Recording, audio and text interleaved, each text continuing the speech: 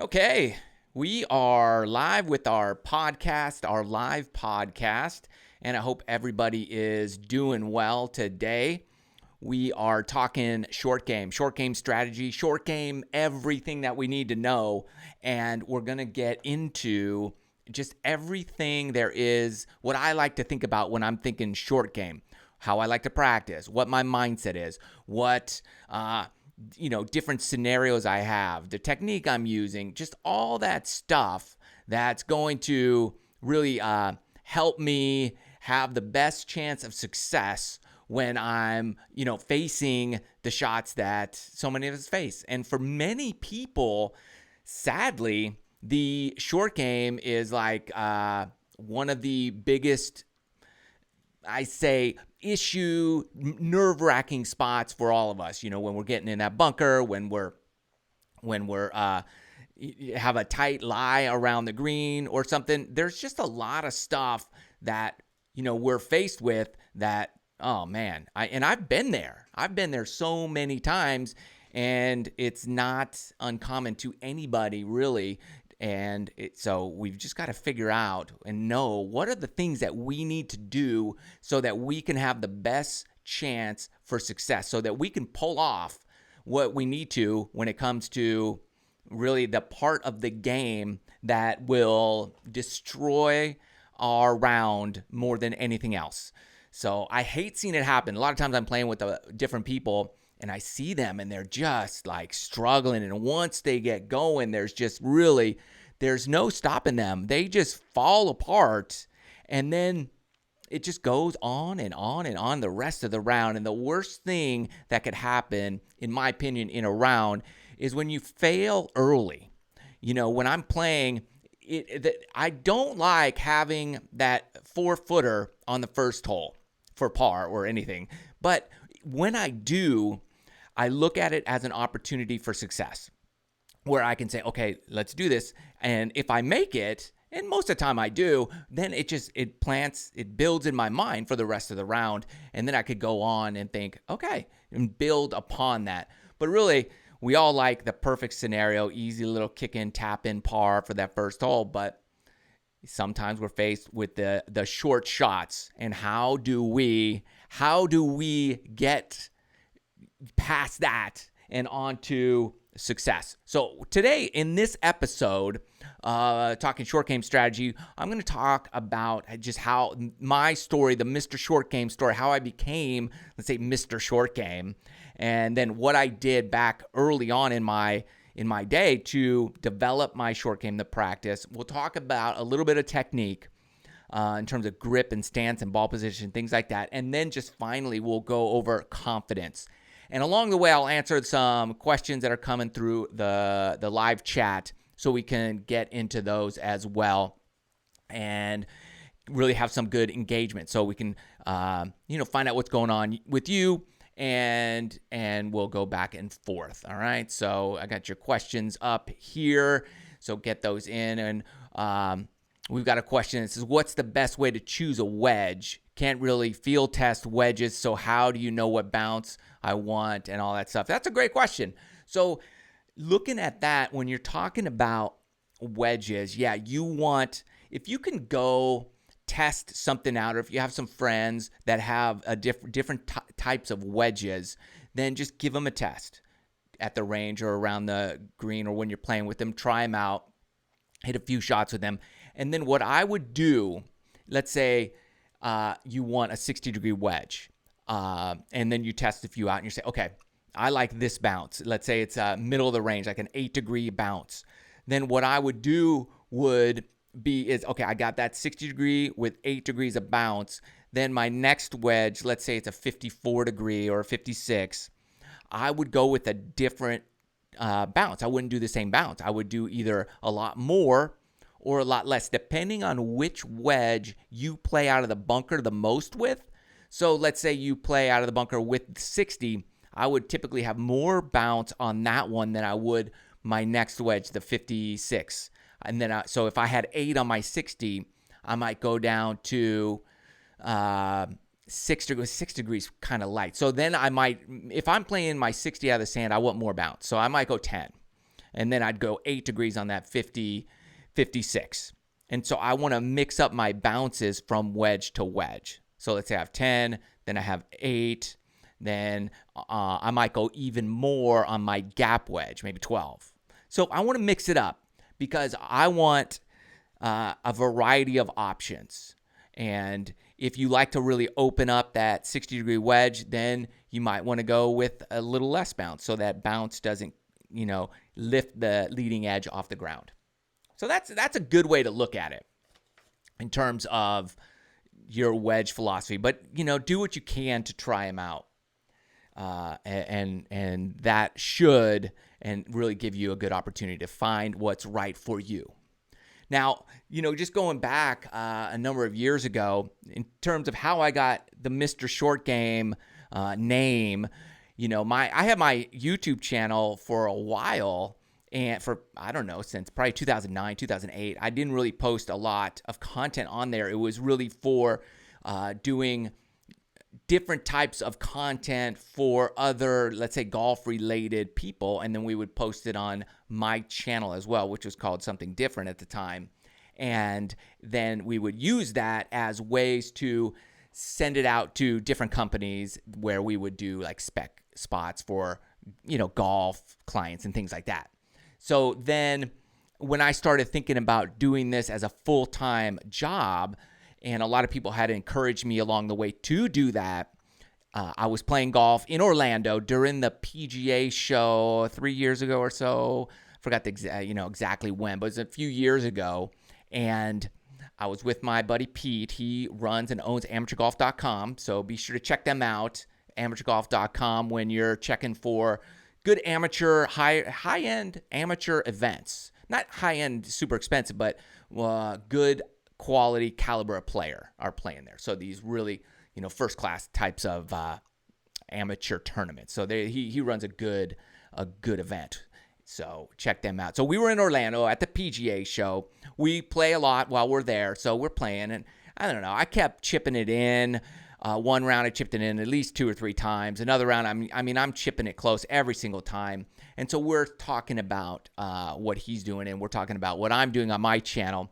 And he just, encouraged me to really get specific. He said, maybe you should do something on the short game, and that could be my niche in terms of the golf space, because he's like, you've got a phenomenal short game. So we went out for some Cuban. It wasn't Cuban, but it was something like Cuban food one night, and I was drinking these coffees, and I had a couple coffees super late, and I was up all night in the in my room, and couldn't think. So I was thinking about that, and then I just started thinking about different names, and there you go. And then he was calling me MrShortGame, so I thought, well, let me check that out. So MrShortGame, it became that night. I locked everything up, got the URL, the website, changed my YouTube channel, everything went to MrShortGame, and that's, lo and behold, that's how this began, and then really, started going forward and trying to make content for everybody that would hopefully, help your game. And by the looks of it, things are working really well. We have Sam Campo says, your videos are helping me. It's been proven today. Thank you. And shout out from San Bernardino. All right, Sam, good job. It's good to hear that people are doing the stuff in the videos and getting better. I get a lot of comments, and this podcast, live podcast version of the podcast is my way of really hopefully engaging more with all the questions, because I get so many now. I cannot email everybody back. I can't get to everybody. I wish I could. It's getting a little out of the realm of reality to have a communication with everybody. So hopefully with this, we'll have a lot more of that. I'll be able to answer more of your questions and get the podcast up and running at the same time, which I think is going to be helpful, because there's so many times I'm listening to podcasts just in my car. I want something to listen to. So this is going to be on SoundCloud. It's going to be on iTunes. It's going to be on all your podcast stations as well as YouTube. So you can just hit play and you don't have to watch. You can just listen as you go. So that is for you guys, and I hope to continue this for the foreseeable long-term future. And I'm just grateful, thankful for everybody who's, supported the channel and who has got their MrShortGame alignment stick cover and whatever you do to help support the channel. I really appreciate it. Thank you so much. A lot of people are asking me about that SkyTrack. Should I buy the SkyTrack? And, we get comments. You see it all the time. What about the SkyTrack? Is that worth it? That is a very expensive piece of equipment for sure. It's $2,500 is probably going to be your baseline. If you want the SkyTrack, you got the cover for it, and you've got one of the plans. I've got the game improvement plan, and then I upgraded it to the play and improve plan, I believe it is. So that's another $100 a year for each of those. So that's $200 a year to go with both of those plans, which for me is great. Now, I want to make sure that I'm using it, in my context. So SkyTrack sent me that one, and, in return, I'm promoting it on the channel. So that's great. It's a win-win for everybody. But I don't promote things that I don't like or that don't work.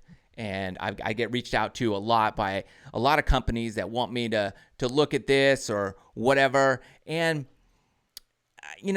unless I really love it, and I saw this thing at the PGA show last year, and I immediately fell in love with it. It was a fantastic product, and I couldn't wait to get my hands on it. If I had to buy it, I would. So it wouldn't matter. I wanted to just make sure that I had that thing, and it was, and I was putting it to its full use. So I'm looking forward to diving deeper into that personally and for the channel for everybody, so that we can really hone in our game. I think especially with the winter months coming and a lot of people up in these areas where they, you just can't play all the time. You just snowed in, rained in, too cold, whatever it is. This is a great indoor thing. And in my opinion, it is the best indoor. I mean, it has a very realistic ball flight, and that's something that I really love too. So be sure to check out SkyTrack. Links should be in the description below. So be sure to look at that, and we'll keep me posted on how it's doing. Let's see. We got a question. I'm from Rod. I'm 6'7" guy, and I play with irons straight out of the box. I get my short irons lengthens about an inch, and I'm still having divots where I'm hitting it off the toe. Okay, yeah. So that's going to be a lot of times, and this fits right into your short game strategy. You've got to really understand, not only if you're tall, but short, whatever it is, hitting off the toe is a common problem, and it could come from coming over the top. Just a slight, we're talking half inch. You come over the top of your swing, and you could come out on the toe. And because you're pulling across it down by the impact position, you start coming across the ball, and it gets that toe open. You could be opening that club face at impact. That would cause a toe hit as well. You want to get your lie adjusted too, so that's how the club rests on the ground, not only at setup, but also at impact. You want to make sure that that club is flat on the ground when you're making contact with that ball. So all of these little things, regardless of your height, the lie adjustment of your club is going to be critical in making sure that you're hitting good contact. When I get wedges, and I get wedges sent to me all the time, and I typically ask for 2 degrees flat, because I'm a little shorter and my arms hang a little lower, so I need that club flattened out a little bit. I need that toe pointed down so that I can, have that club flat on the ground. And if they're not, I immediately start pulling the ball left a little bit. And I remember, last year I had some of these Titleist clubs. I was missing them left. I had some that I was hitting perfect, and I know those were 2 degrees flat because I had those adjusted. And I went in, and I told the guy at the shop, I said, I need these adjusted 2 degrees flat. And he said, why is that? And I said, well, I'm pulling them, and I'm pulling them a little bit left. And he's like, well, maybe it's your swing. And I'm like, it's not my swing. There's times it is my swing, but I'm like, I think they're 2 degrees upright. And so he put me on the machine, and I'm missing it left. And he's like, nah, I don't know. He just so doubted it. And then he checked him. He's like, huh. let me flatten these out 2 degrees. Okay. And then they're going perfectly straight. So if once you know what's going on, you can dial it in and just have great feel. So that's what I want for you guys, is to just have that feel. But moving forward here, like developing your short game, how do you develop your short game? What do you do? How do you dive into that and know what to do, how to do it, when to do it, or what, So in terms of developing your short game, what I did was I practiced. I realized early on that the most difficult shots for me were the closer ones to the hole, because I don't expect a 40-yard pitch shot to be 2 feet from the hole. Like, you're a lot more content with that being 6 to 10 feet away from the hole than you are a short, tiny little chip to the hole. If that's 10 feet away, you're going to be kind of frustrated. So I realized that when I had these shorter shots really tight to the green, that those were very, very difficult. So that's where I would spend most of my time. And I would spend hours a day, practicing just those little shots. And I would mess around with all kinds of different things. And so what I would recommend is that when you go practice, that you dedicate, and people say this all the time, everybody's at the range, but I go to the short game area and nobody's there. The thing is, if you practice your short game, chipping, okay? If you practice chipping, what you're practicing in reality is impact zone hitting. You're putting all of your practice into that little space 3 feet before and after the ball. That's that impact zone. You're practicing putting that club face on that ball in the middle of the club every single time. So the gentleman who asked about hitting off the toe earlier, if you were spending hours practicing that short game, then you would learn how to put that ball on the club in the center of that club. And that would be something that would carry over into your full swing. But a lot of us just go swing away and we wonder why we're hitting it on the toe or on the heel or doing whatever. But if you just work on those little shots, then when you have your full swing, a lot of stuff's going to work itself out and you're going to improve so much more rapidly because you spent so much more time on the short game. I would just get a bucket of balls at the range, go get your bucket. Let's say it's $5, $10, whatever it costs, go get a full bucket, go out to the range or go to the short game area of the course and just chip those balls. Chip 3 buckets worth of balls first and then go hit them. So you got literally 4 buckets for the price of 1 because you're going to spend all of the time on the chipping. And the shorter the chips, the better. And even when I'm in the sand trap, when I practice sand shots, I rarely practice a long bunker shot. It's always as if I short-sighted myself. It's going to be a short bunker shot and a short shot as well. I got a question here. Are you a sweeper or pincher with your short chips? Great question. So I do not like to come too steeply on that ball. The reason is if I am off just a little bit with that steeper angle of attack, then that thin shot or that little bit, that chunker is right in line. Like that can happen pretty easily. So what I want to do, I want to be a lot more shallow and a more round my body. Now, when you do that, you got to make sure you're not rotating your hands open and close. You're not opening that club face. You want to be nice and shut club face or square. Don't open that face going back, okay? But you can take a shallower swing with your shorter shots. And there's a time where you would want to come in steeper from time to time if you're in the deep rough, things like that. But let's say I'm in the fairway, tighter lies, then I like to keep it much more shallow. And that would be something that I would recommend for most people. And we got Jesus, I think. Hello, Matt. I just wanted to tell you I found your YouTube channel about 2 months ago. Awesome. Ever since I've been using your tips and strategies, I've shaved 15 strokes now. That's a lot. Man, good for you. Rock and roll. I love that. Man. So, like that happens. Obviously, you were a little bit higher in the higher 90s or 100s maybe. And so, you do the short game stuff. You do those little things. You are going to shave a lot of a lot of strokes off your game. Somebody's asking about there was a $300 off promo on SkyTrack. Where do we find this? Go to their website, put in MrShortGame promo code at checkout. You may get that or you may not. They had run that promo briefly, so I don't think they're currently running it, but I'm not 100% sure. Okay, so always check that out. Go to their website and see what they've got going on. And so back to short game, what I would do, I was in my parents' backyard practicing. I got an old coffee tin can, and I would set that maybe 10 yards away. I didn't have much space, and I would just chip from the grass into that, try to land it in that tin can. That's us free. And what was cool was when I would go play, man, it was amazing. I would just see that tin can like it was on the green. I'm like, okay, I just need to land it right there, right there, right there, and right there. And that became just a given. I was going to get up and down most of the time. And so I didn't really care if my drives were a little sideways or I missed greens because I was so confident in the short game that it just didn't matter.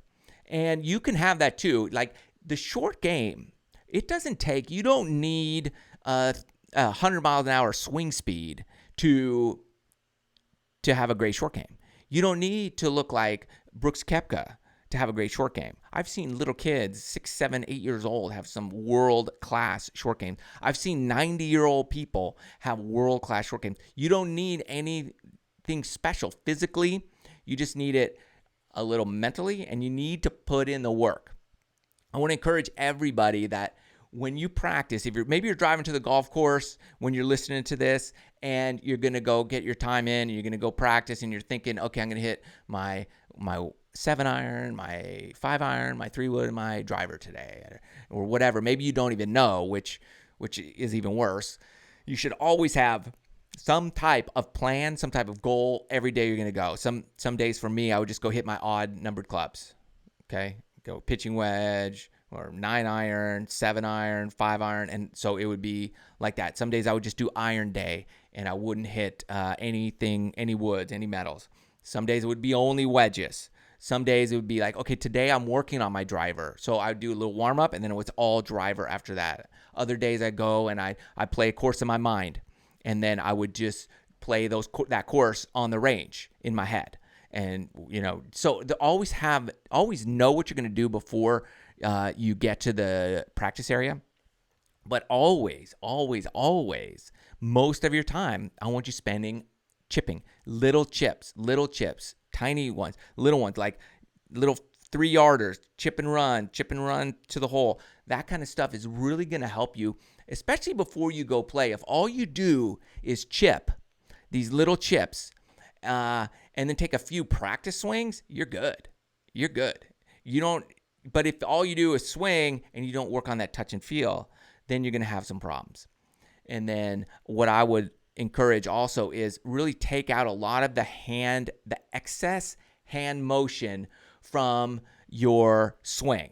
Okay. I don't want you rotating anything. I just want, there's a slight wrist cock, and keep it a light grip, but try not to manipulate the club face too much while you do your practice or your shots, because that's really going to hurt you. Let's look at a question here. Do you normally use range balls to practice around the green, or would you use premium balls? Surely they react quite differently. Okay, great question. When I'm practicing, I usually bring my shag bag, which has older premium balls that were once used, but now are just in my shag bag.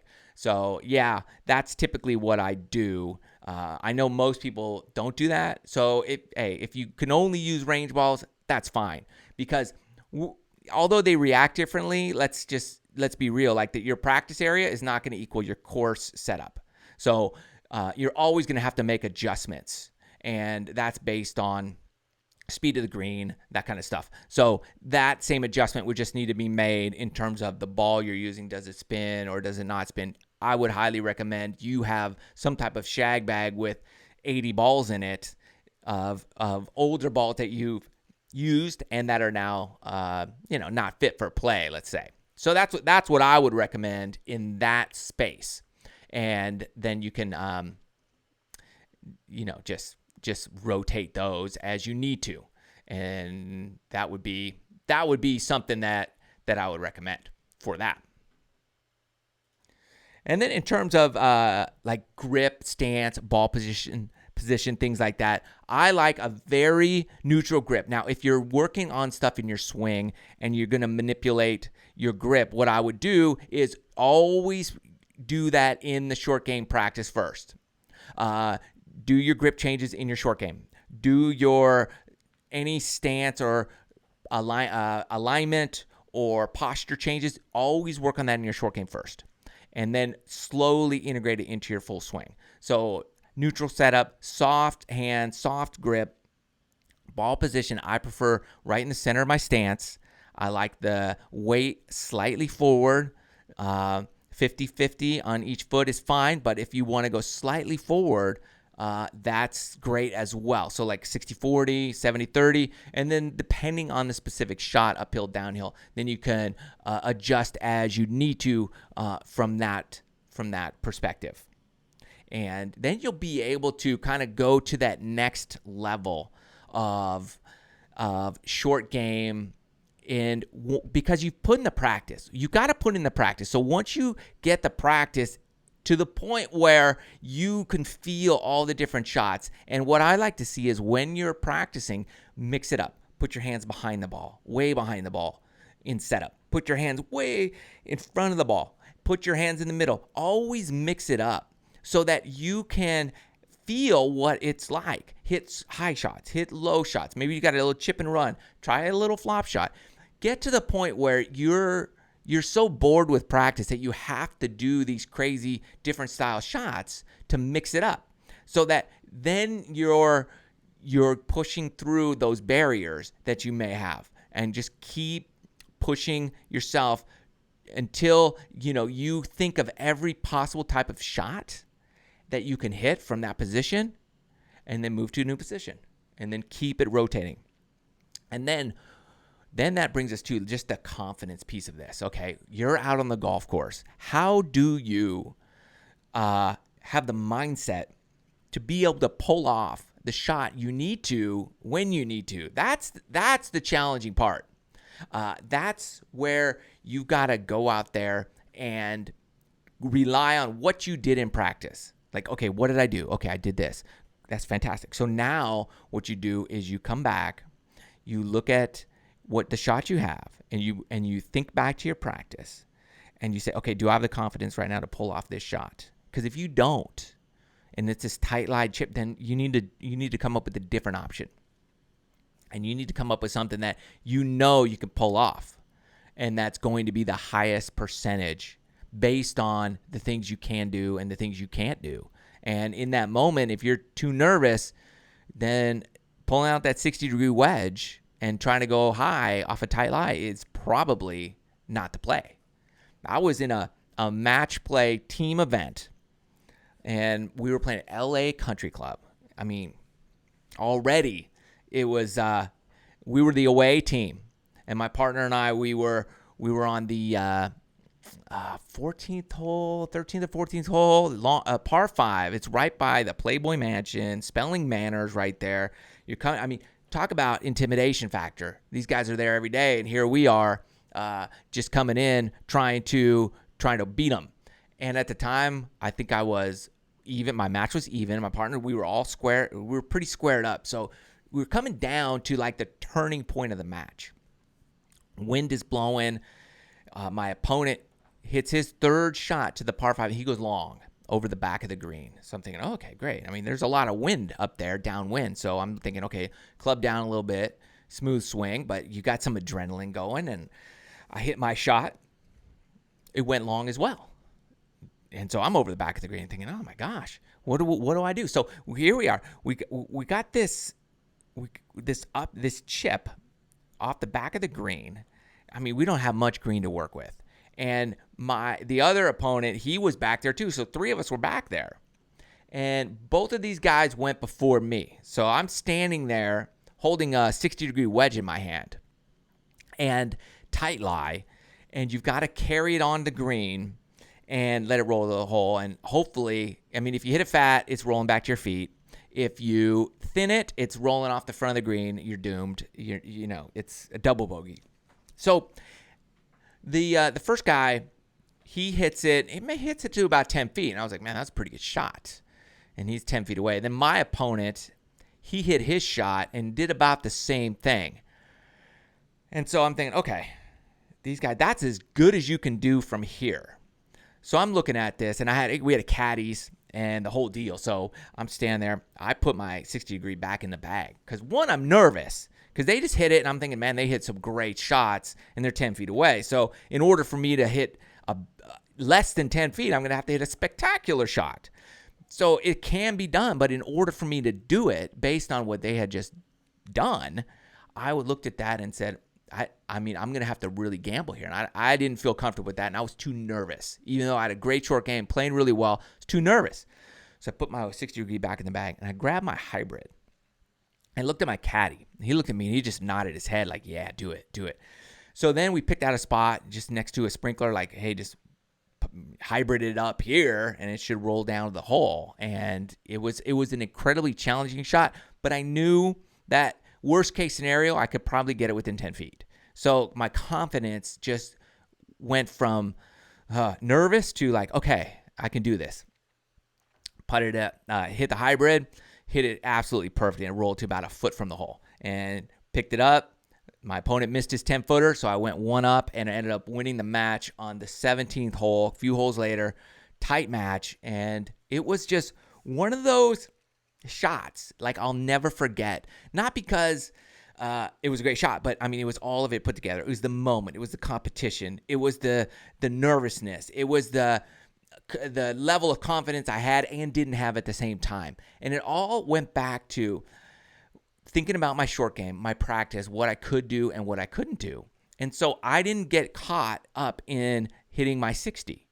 And I think for so many players, we get caught up in hitting that wedge, that high wedge shot, that low percentage shot, let's say. So instead of just thinking like, okay, what's the highest percentage shot here where I have the most confidence?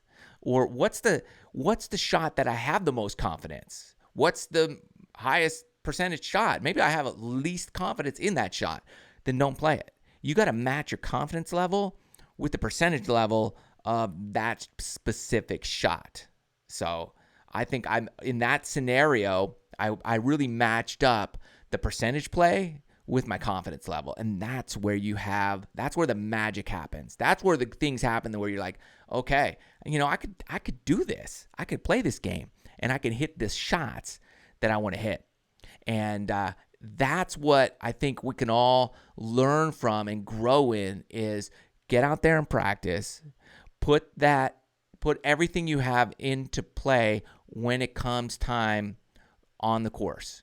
And then you can go to your bag, look at what you got, know that you put in the work, and you're not going to be afraid. Like if you put in the practice for one specific shot, then when you're on the course, you're not going to be ashamed or afraid to say, I can't do that right now.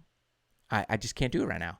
You could just there's no shame in it. It's just, I can't do that right now. I don't feel confident. I don't have that game because I put so much practice into my short game that I know that some days I don't have that shot.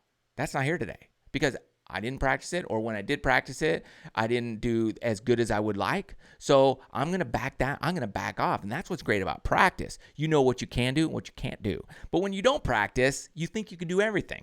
We think we can hit every shot in the world. We see Tiger Woods out of the bunker from like 200 and everything away, and he puts it 3 feet from the hole. And he hit it under and over a tree at the same time. Like, we think we could do that because we just saw it on TV, yet we never practiced it. So when you practice it, you'll know, like, man, I've been practicing that shot for 3 weeks. I still can't do it. So what do I do? Got a question here. So true. Rather than a 56, I will use a bump and run with the 9-iron or something that will end in something. That's great. Yeah, Barry. That's the good thing about all your clubs and putting some practice in. You know what you can and what you can't do. And if you have to back off and use a 9-iron or something else, then that's what you need to do. But if you can. And there are times where I'm like, I'm going for glory here on the shot. I'm opening that 60 wide open, and I'm doing the Phil Mickelson special, and I'm going as high as I can, and I'm going to do it. And where were we? I was doing a round with, I think I videoed it, Monarch Beach. It was a live round. I think we were on the 17th or 16th or 17th hole. And I had just made a birdie on 15 or 16, I forget. And then we went to the next hole, par 3, and I must have hit the worst iron shot ever, way right. And I looked at it. I had a good lie. It's kind of going uphill. I had to go over a bunker. And the green just kind of funneled, right? And I was feeling good, feeling confident. And I just said, man, I'm going as high as I had to go high. There was a tree in my way, but I had to go as high as I can. Shot it straight up in the air, landed on the green, rolled next to the hole, tapped in for par. So that would be the time, or there are times where you just know, like, hey, I'm going to go for it. So you got to gauge your feeling. You got to gauge your shot. You got to gauge the timing. Is the timing right? Is the timing not right? Where are you in a match? If you're in a match play, are you up? Are you down? Is it gamble time, or is it, hey, I need to protect my lead time? And all those need to factor into what you're doing. Is my podcast on Spotify? People are asking. Don't know. Good question. I think it gets populated to Spotify, but I will check that and make sure it is. New to the podcast world, so we're just been doing a few of them, starting to get it up and running, and want to be more consistent there. So any suggestions would be greatly appreciated. If you have any tips, that would be great. But I'm trying to get them on YouTube and on SoundCloud, iTunes, all the podcast places that we can be, so that everybody can listen, tune in, do whatever you want to do. So, when we're talking about short game, it is all about, at the end of the day, it's all about having confidence and the mindset, knowing that you can do it. And I think that there's no one technique that is going to change your life if you don't put in the work. And I learned that so long ago. Luckily, I knew it. Going into the game. When I started, I was 18 years old the first time I ever played a round of golf. So I knew that I wanted to be good. I knew I wanted to compete on whatever level I could compete on. And I knew that, okay, I'm going to do and what I did in the past in terms of sports, wrestling, football, track and field, soccer, things like that I played. I said, I'm going to put in the work. And I picked wrestling specifically because that was the hardest sport I ever did.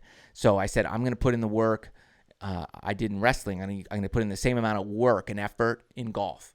And wherever that gets me, that gets me. And whatever, 3.5, 4 years later, I walked on a golf team in San Diego State and played a year on the team. So that was something that I just look back to. Take what you know and apply it to your game. And I took that wrestling and the work ethic that it took, and I said, I'm going to do that. And I didn't have any money. So what I did was I did all the short game stuff because that was free. And then I quickly realized that that is the key to having a great game, is your short game.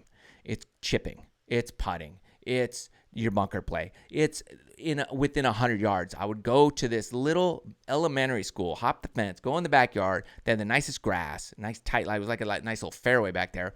And I put my ball on the edge of one of the lines of their little soccer field, and I would just try to hit the line that was 90, 100, 110 yards away, I think, and down the end of the field. And so I knew when that chalk flew up, I had a perfect shot. It was line to line. And sometimes shanked it in the house. But I kept going back day after day after day, and I kept practicing and practicing and practicing. And I realized that when I would go play, that everything else started to come together. The drive started to straighten out. Everything started to be a lot more connected. And it was all based on everything I did in the short game. When I looked at my grip on video for the first time, and I hated what it looked like, I would go in my short game, and I would say, okay, when I change my grip and I have my driver, I slice that thing like 80 yards. So let me start with a chip shot with that grip, and let me get used to it over and over and over. And that's that's how I did it. So any changes you want to make in your swing, start with your short game and put in the work there, and you will see a huge, huge difference when it comes to how you play and your confidence level. And your short game strategy should be this. Here's what I like to do to kind of wrap up our podcast here. What I like to do in terms of my short game strategy is this. Whatever I'm feeling confident with in my short game, okay? Let's say you're going out to play, or whatever in my short game may need work, or wherever I'm feeling confident. Let's say I'm playing normal and I just want to play a great round. Anytime I'm in trouble, I pitch out to an area where I feel confident in my short game. So let's say I worked a lot in this little 30-yard pitch shot. So I punch out to that, try to hit that 30-yard pitch shot or somewhere around there. I don't try to go for the green and put it in a bunker because maybe I don't feel as confident or haven't put in the work there. So that's what I do is when I'm in trouble and I'm on a par 4, then I look at it like, okay, it's a par 5 now that I'm going to try to birdie, which would be a 4, which would technically be a par. But in my mind, I'm like, okay, this is a par 5, and so I'm going to lay up here, and then I'm going to put it there for my chip shot and try to get up and down. So that's my mindset and my strategy of how I utilize my short game in that scenario. The other thing I do is often I will go out and play, and what I'll do is I will intentionally miss the green. Why, if you're just out practicing and you're not in a competition, why am I always going for my lowest round ever? To me, that just doesn't make any sense. What I want to do is get better, because ultimately, to me, my great rounds only count if they're under some type of pressure in a tournament, in a match, something like that. Otherwise, I'm playing to improve. And most people, sadly, just go play. They don't have a mindset of, okay, I want to get better. I want to work on this area of my game. So anytime I do a playing lesson with somebody, I utilize this strategy, which I'm going to tell you about right now. And it's go out there. We're going to play, but you're not allowed to hit the green in regulation. That's illegal today. So wherever I hit my drive, fantastic. Hit your drive, practice hitting fairways. Then the second shot, I want you to aim for something, and I'll tell you hole by hole if we're doing a playing lesson what you're going to aim for. Like this one, I want you to put in that bunker. And typically I say a bunker because bunkers are much smaller than the green, and if you could land it in the bunker, just think, if you could get to the point where you miss all the greens and you land it in a bunker every single time because you aim there, that would be if there was a flag stick in that bunker, anywhere in that bunker, you'd have a very makeable birdie putt. That's how small these bunkers are. So that's what I like to do is aim for those tiny bunkers. And I'm like, okay, now if I miss, I come up short. No, great. I get to work on my little high shot over a bunker. If I hit the bunker, I just mark it down. Hit a bunker, 1 for 1. It's fantastic. And then I get to work on my short game shot, my sand shot, up and down out of the trap. And I mark, did I get them down? No. What are my sand shots? And I keep little notes about how my short game is performing. And then when I practice, I know, like, okay, my bunker game wasn't very good. I need to go work on my sand shots. My chip shots weren't very solid. I need to go work on those. So then you know what to work on in your short game based on what you just did on the golf course. So you're really maximizing your efforts in terms of improving your game just by doing little things while you're playing that will improve your game and give you what you want to know is what to practice. Right? If you go play a round of golf and you're never in a bunker and you're like, you might never think to practice bunker shots. But then all of a sudden you're in a competition and you're in a bunker and you're a little nervous now. Oh no, and now I'm doomed. And you blow it. So you need to know these things. How do you perform in each scenario? And the only way you can do it is if you purposely put the ball not on the green. So try that. Give that a try. Try mixing it up. Don't just always go out there and play. You're really doing yourself a disservice if you just constantly play and don't do things about what you need to work on. And let's see, we got any comments? Yeah, I love the videos. Thanks, my friend. Thanks, Brandon. Love hearing about how you like to practice. Help me a bunch, especially at the range. Yeah, that's great. So I'll constantly be talking about like what I do to practice, with the things I like to do to improve my game and how I go about doing all these little things to improve. Because ultimately, I just want you guys to get better, to have more fun out there, and to improve. The average score hasn't been going down over the years, sadly, with all the technology, with all the advancements in the game and technology and everything. The average golfer is still shooting the same score. And, I want that to change. And I want to see people like just doing the little things that really help grow their love for the game and improve what they do on the golf course. And I could say it a million times, it all comes down to the short game, but in reality, it really does. And I would take out the driver from time to time when you go play. Just don't even play. Like, take out all your metals, your woods, leave them in the car, because you want to do things that force you into playing in a way that will help you improve. All right? And that would be what I would suggest. And let's see, Barry said, for a person that works full time, how often or how many hours per week would you suggest for practice?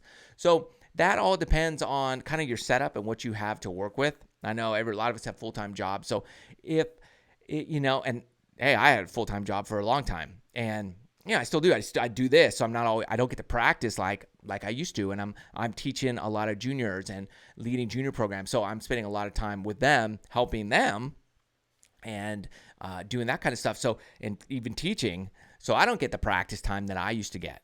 So what I do, and what I did was, even in my house, I have a little mat in my backyard, and I just do little chip shots into a little basket.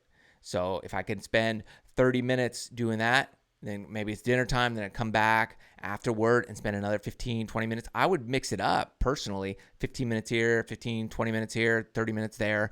That's how I would do it. And then if you get a chance to go to the golf course and spend an hour, that would be good. But if you've got 3 hours a week, that'd be awesome. Mix it up. I would say that would be pretty fantastic way to go. And I think you would have great success there. Brandon also said, I'm terrible on a new course. It's funny, I can't say always, but many times I go to a course I've never seen before, and then I do really well. And I'll tell you the secret, Brandon, and for everybody who faces this, the new course, I look at it, just change your mind a little bit. I look at it as like, one, I don't know where any of the trouble spots are. So that's fantastic. And there are times where I just totally, blow it out there and implode because of that. But I look at it like, I don't know where any of the trouble is. I don't have any scar tissue here. There's nothing on this course that's going to bother me because I don't know what's out here. One thing I don't like is someone telling me about every single hole while I'm there. If I ask for some specific things here and there, then that's cool, but I don't like it when people tell me anything about a hole. So just change your mindset. Say, okay, there's no scar tissue here. I don't know anything about it. And that's why if you work on your short game, what you're going to find is that you're going to love these new courses because you can really pick your spots, get your short game tight. Your short game is not going to be so affected by a new course because typically you'll see the green. You could see the green. You could see everything in front of you from 20, 30, 40 yards away from the green. So work that area out and your short chips, and then the rest it's all right in front of you. So yeah, you might be off with your driver, some of the longer stuff, but your short stuff it's not going to vary from course to course, from day to day, and that should help you. But for me, I just look, no scar tissue here. I don't know anything about this place, so I'm gonna have a good time, and it's gonna be a great day. So just really change that mindset. I think it'll really, really help you going forward. So that's my kind of strategy when it comes to short game. That's how I look at it. That's how I like to focus and check it out. And also, guys, if you're looking for some great golf shoes, I say this a lot. Athlons has been a great supporter of the channel. They've given me shoes and really been awesome. Be sure to check their shoes out. Enter MrShortGame in at checkout. They were giving you discounts on the inserts that you want to get for the shoes as well. Those things are awesome. And both men, Kyle Berkshire and Chloe Gardner, men and women world long drive champions for 2019 are wearing Athlons. A lot of the contestants are wearing the Athlon shoes. There's no question they give the support that these long bombers need to hit the ball a long way. So be sure to check them out. I always love to plug them whenever I can, because they are just, in my opinion, they're the shoes I wear all the time. And you have great support. And the more support you have, that's the best way to get what you need out of the game. So thanks again for tuning in, for stopping by. Be sure to subscribe to the channel. Follow along the podcasts on all your favorite podcast stations. And thanks again. Love you guys. Best of luck out there. And stay tuned. Got a new video coming out tomorrow, so be sure to check the YouTube channel for that. Trying to drop new videos every Monday, Wednesday, and Friday. And the goal is to drop a new podcast here on Sunday evenings. I know football's on right now, but that's okay. We'll get it. You can watch this anytime, listen to it, play it back anytime you want. And until then, love you guys. See you later.